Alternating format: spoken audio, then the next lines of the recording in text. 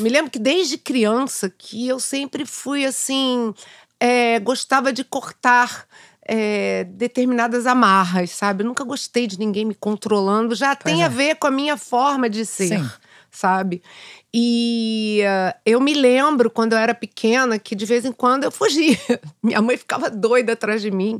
E meio palhaça, sabe? Entrei na escola do meu irmão com uma fantasia de noiva, que eu fui noiva na festa junina, de guarda-chuva toda molhada e todo mundo caindo na gargalhada. Eu acho que esse meu lado palhaço eu tenho desde pequenininha, sabe? De ser divertida, digamos assim. E eu tinha sempre um sonho, quando eu era menor, de ser ou bailarina ou professora. E, graças a Deus, o ser professora eu realizei. Bailarina, Você profissional... também, Não, profissional...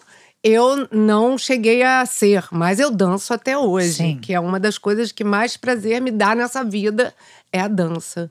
Então, eu como professora, que me inspirei na minha professora, eu me lembro que a gente já conversou sobre isso. A minha opção de ser professora foi por conta da minha professora do primário, que na minha época era primário.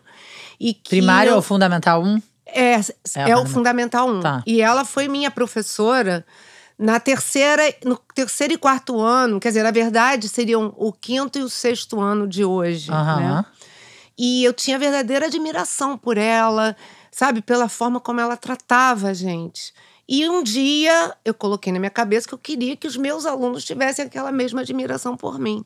Sim. E aí, a minha opção de ser professora se deu muito por conta disso, sabe? Da paixão do seu sentimento por ela. Exatamente. E eu acho que eu consegui realizar esse sonho, porque eu sei que até hoje eu tenho alunos que me reconhecem e que já estão adultos. Estão adultos. Eu sei de professoras que viraram professoras por conta de ter se inspirado em mim. Então o ciclo também. De admiração e de paixão pela educação seguiu, né? Principalmente, sabe, Ju, porque eu acho que como professora, eu sempre respeitei muito os meus alunos.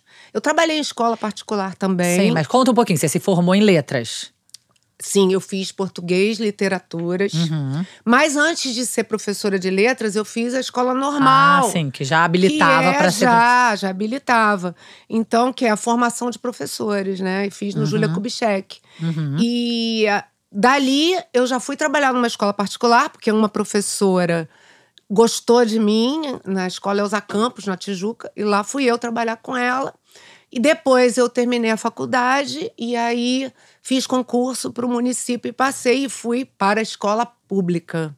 Que eu vou deixar aqui o meu parecer em relação a isso.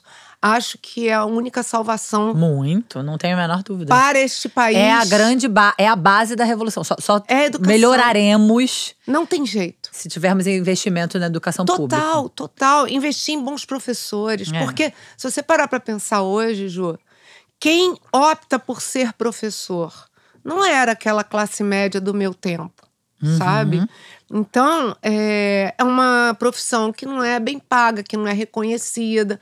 Poxa, gente, esse país tinha que se preocupar com isso, sabe? Porque é a única coisa que vai salvar. Eu só acredito em educação. Também.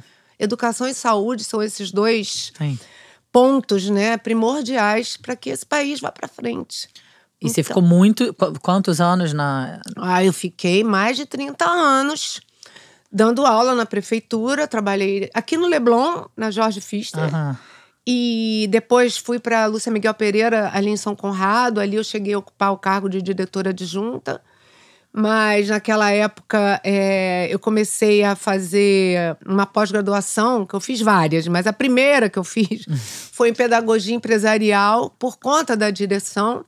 E aí você começa a se decepcionar muito, porque você vê que o que você aprende para você aplicar, não depende só de você, sabe? Então, são N coisas aí envolvidas.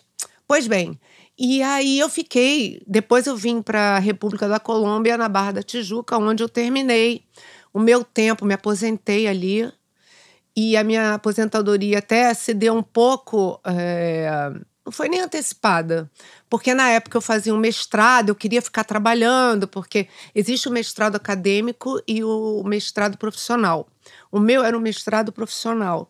E no mestrado profissional, você tem que preparar um produto que seja aplicado ao seu trabalho. Então, eu já tinha tempo para me aposentar, mas eu resolvi que não ia me aposentar. E a gente eu preparei um trabalho super lindo, onde outras pessoas abraçaram a minha ideia. E foi sensacional. A gente fez uma feira literária na escola. Foi sensacional. Eu consegui mobilizar a escola inteira, quase 1000 alunos, e foi maravilhoso. E era sobre o quê? Eu fiz um mestrado na área de meio ambiente. Tá. Saúde e meio ambiente. E foi muito bacana, sabe? A gente realmente conseguiu fazer um trabalho lindo. Eu saí com as crianças, saía pelo canal de Marapendi, com um megafone. Olha, isso foi, assim, revolucionário. Eu tenho certeza que essas crianças vão lembrar disso o resto da vida delas, sabe? Falamos sobre pegada ecológica, enfim. Sobre várias questões voltadas para o meio ambiente, né? E quando eu já estava trabalhando lá, já no finalzinho, eu descobri o câncer. Que eu descobri, posso contar como? Claro, deve.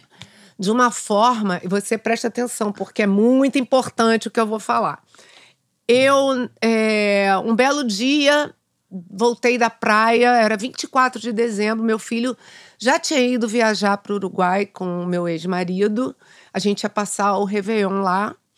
E aí, sabe quando você volta da praia? Eu falei, liberdade, não tem que fazer comida pra ninguém. Não tem filha, não tem homem em casa, não tem ninguém. Tem nada. Fui na sauna do meu prédio, aí deitei na sala. O meu biquíni, a parte de cima, foi pro lado. Na hora que eu puxei, eu senti um caroço. E aí, você aperta, não dói. Sabe? E eu tinha muito medo de fazer o autoexame. Eu tinha medo. Por que eu tinha medo? Porque eu tinha medo de descobrir alguma coisa. Sim. E, enfim, quando eu apalpei e vi que não doía, achei estranho que já estava grande. E era aquela fase, 50 e poucos anos, é quando começa uma menopausa, você não sabe, a sua menstruação vem, não vem. Tá meio confusa, né, com relação ao seu corpo. Eu achei que tinha alguma coisa a ver com isso, né? Mas não tinha como resolver. 24 de dezembro, você vai aonde? Né? E em setembro, eu já tinha feito os exames, que eu fazia sempre. Todo ano eu fazia. Muito bem, e não tinha aparecido nada. Quando eu voltei, né, em janeiro, eu fui ao médico. E aí o médico falou, olha, esse exame tem alguma coisa errada, porque tá muito grande esse teu nódulo. Volta na clínica. Eu voltei na clínica. Aí reclamei, né? Eu falei, olha, o médico identificou, enfim, fizeram um novo exame. Dessa vez nem me cobraram. E aí, quando a médica passou aquele mouse ali, né? Ela falou, olha, tá com aspecto, porque através do aspecto ele já tem uma noção, né? De se é maligno ou não. Daí ela falou, você tem que procurar um oncologista. Aí veio aquela, né? Pânico. Aquele pânico.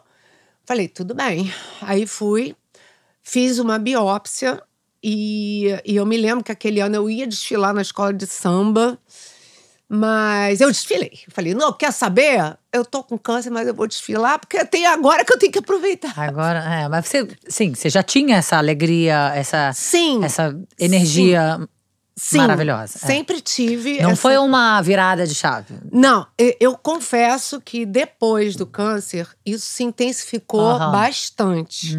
Porque eu sempre fui muito de, vambora, vamos fazer. Eu nunca fui de procrastinar, não. Mas, hoje em dia, você me convidou pra ir na Tonga da Mironga do Cabulete, eu vou. Depois eu digo se foi bom ou não foi, mas eu vou, entendeu? Você quer viver tudo que há pra viver. Eu quero viver tudo intensamente. Nem me fala me dá vontade de chorar, porque… Pode chorar, aqui pode falar palavrão, pode chorar, pode brigar, pode falar mal de homem.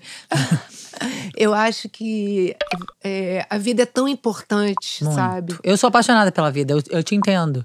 Acho que por isso que eu me identifico, entendeu? Eu vejo essa energia, eu conecto com ela. Tenta direito, garota.